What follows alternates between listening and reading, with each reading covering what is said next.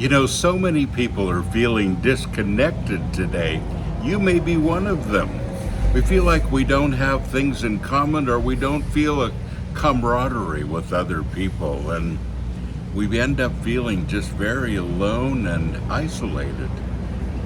What about that, and how does that work? Here's a good question for today. Dear Pastor Bob, doesn't the church seem disconnected these days? It's easy to attend church and not even get to know anyone or have any interaction. The same seems to be true with the families that attend the church. What do you think the problem is? Mentoring. It's the biggest problem. You know, families are disconnected. It starts there. You know, a father needs to be present, needs to spend some time. A whole lot of people end up, working too much, a father that isn't home very often, or many times a father that leaves the family and a child goes between mother and father and feels disconnected with everyone. That's a problem. And when you take that disconnection into the church, you have a whole lot of people who are disconnected from each other and disconnected as a whole. Doesn't work. Here's a great scripture in Proverbs chapter 13 and verse 20. And it says, "He who walks as a companion with wise men is wise, but he who associates with self-confident fools is a fool himself and will experience harm." So when you're around people with wisdom, you become wise. By just what they say? No, by watching them, by living with them. You know, it isn't enough for a father just to instruct a family and then just leave. Or say, I don't have any responsibility besides what I say to them. Or what about a father that says one thing and lives another? What do you think children are watching? Honestly.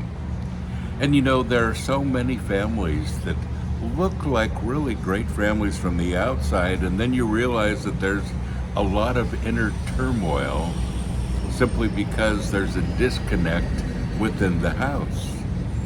And a disconnect within the house of God as well.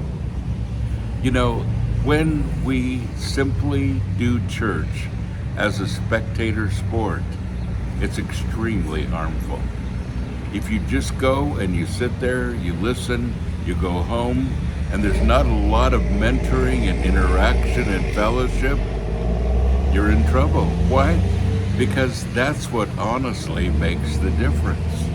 It's not necessarily what you hear, it's what you see. It's what you watch, how you see people living out their lives. What they have to bring to your life is very rich and very important.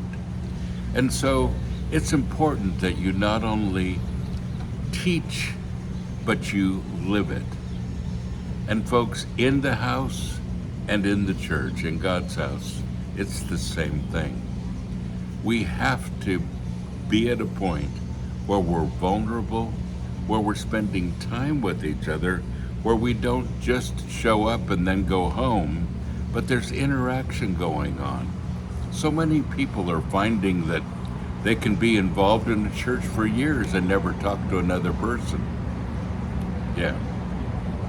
Is that what church is? Absolutely not. That's a spectator sport. It's not a church.